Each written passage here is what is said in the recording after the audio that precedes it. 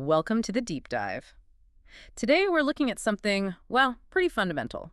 Sleep. Specifically, that modern habit of sleeping totally sealed in, closed door, closed windows, maybe the AC running. Right, that cocoon we create for ourselves feels safe, feels private. Exactly.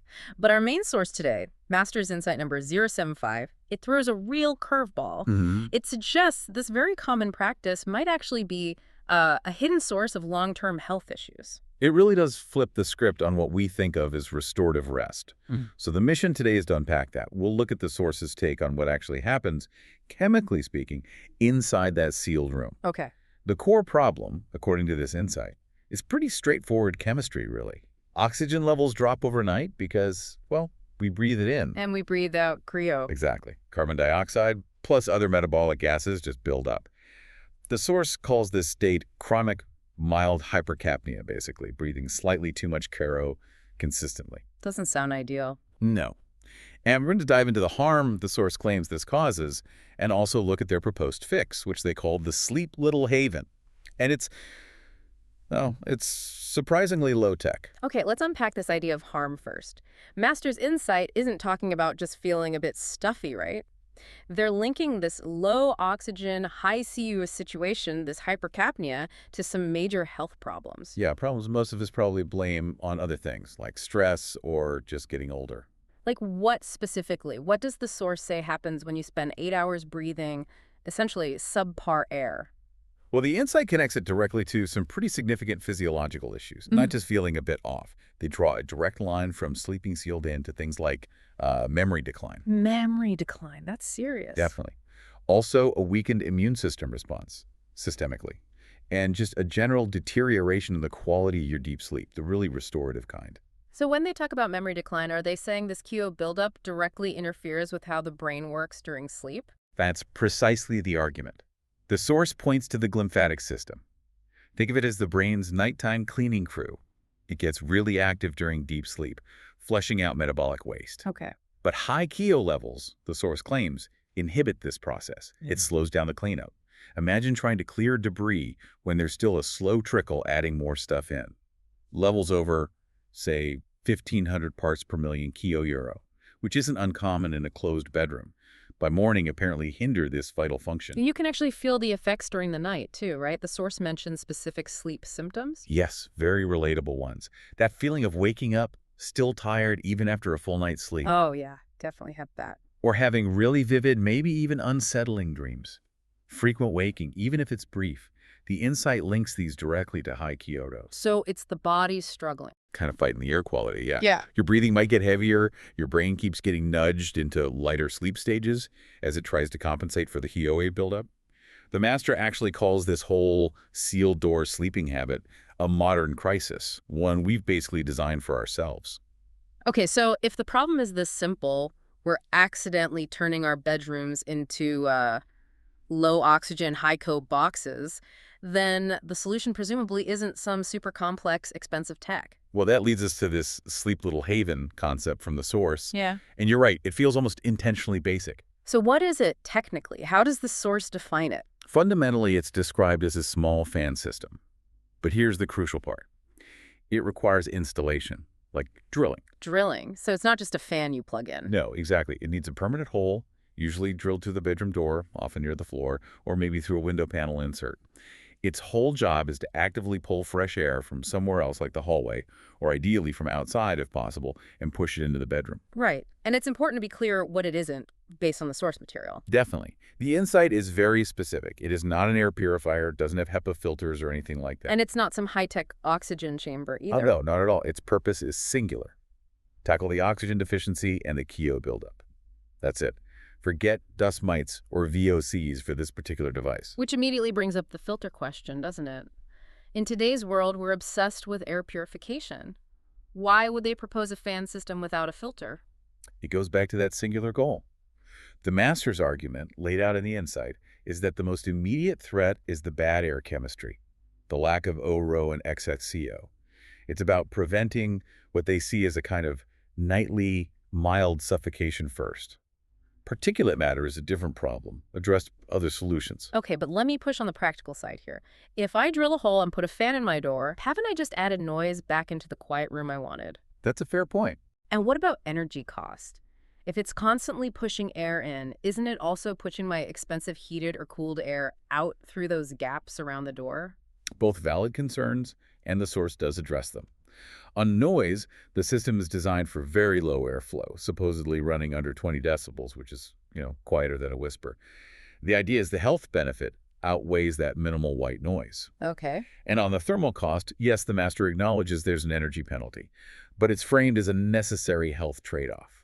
The fan itself uses very little power, and the argument is the cost of that slight thermal loss is tiny compared to the long-term healthcare costs of chronic issues potentially linked to poor sleep ventilation. It's a cost-benefit analysis skewed heavily towards health.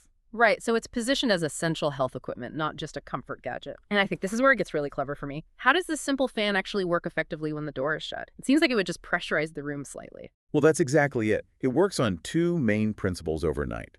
First, the obvious one. It delivers a continuous supply of fresher air, richer in oxygen, which the source claims prevents that brain fatigue by keeping ORO levels more stable. Standard ventilation, basically. Yes, but the second principle is key. It creates a slight, continuous positive pressure inside the bedroom. Ah, positive pressure. So not like inflating a balloon, just a tiny bit higher pressure inside than outside the room. Exactly. Very slight. Maybe just 5 or 10 pascals. You wouldn't feel it. But it's enough to create a consistent one-way flow. Because no room is perfectly airtight. Precisely. There are always tiny gaps around the door, the windows, outlets, maybe under the baseboards. When the Sleep Haven fan pushes air in, that slight positive pressure forces the stale air, the air high in COO and other metabolic stuff, out through all those little gaps. So it's actively flushing the room, constantly pushing the old air out by bringing new air in, like gently overflowing a sink to keep the water fresh. That's a great way to put it. It ensures unidirectional flow.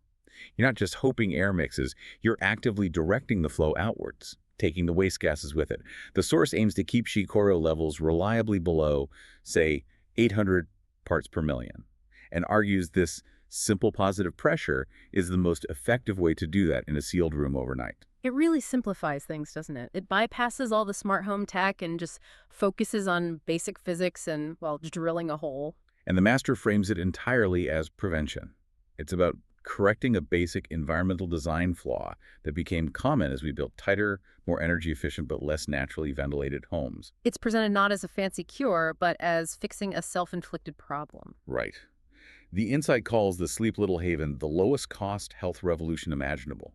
It emphasizes solving the fundamental air chemistry issue before worrying about filtering particles. Let's circle back to that filter question, though, because I can imagine listeners, especially in cities or areas with wildfires, being skeptical. Why does the master see omitting the filter as okay? Again, it's about the primary mandate. Oxygen supply, cool-air dilution. That's job number one. The source positions it as the minimal protective threshold for health. The argument seems to be, deal with the immediate nightly asphyxiation risk first, because that's directly impacting your brain and immune system every single night. Air pollution is critical, but maybe a separate battle. So the Sleep Haven is like the first responder. It stops the immediate crisis, but it's not the whole hospital. That's a good analogy. The source does imply there are more comprehensive solutions if you want or need full air detoxification. Right. They mentioned other systems. Yes, the insight talks about needing things like the Human Paradise Unit or the Air 6-Free Maze Purifier for that level of filtration.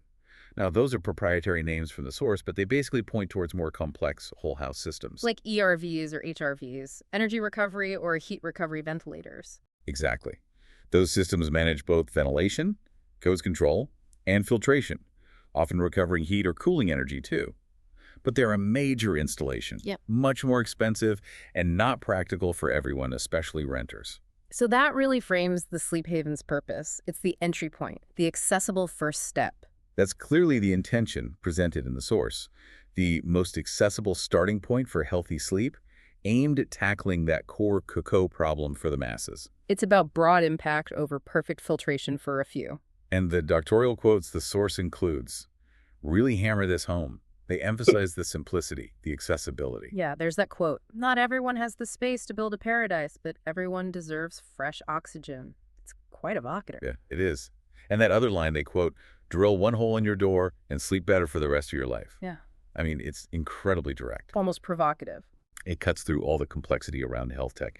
It boils down a potentially major factor in chronic issues like fatigue and cognitive fog to a single, physical, almost DIY action.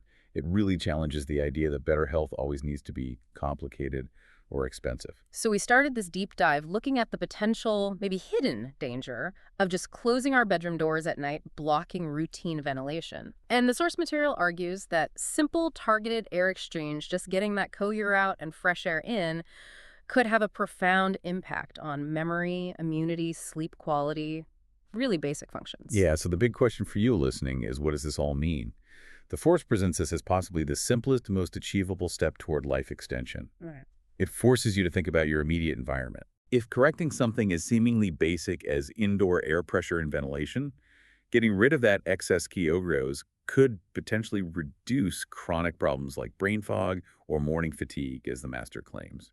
Well, it makes you wonder, what other fundamental, maybe low-tech things in our daily environment are we overlooking? Are we sometimes too focused on the complex, expensive solutions? It's definitely food for thought, a reminder that sometimes the biggest wins might be hidden in the simplest aspects of how we live. Something to consider tonight, perhaps, as you reach for that bedroom door handle. Thanks for joining us for this deep dive.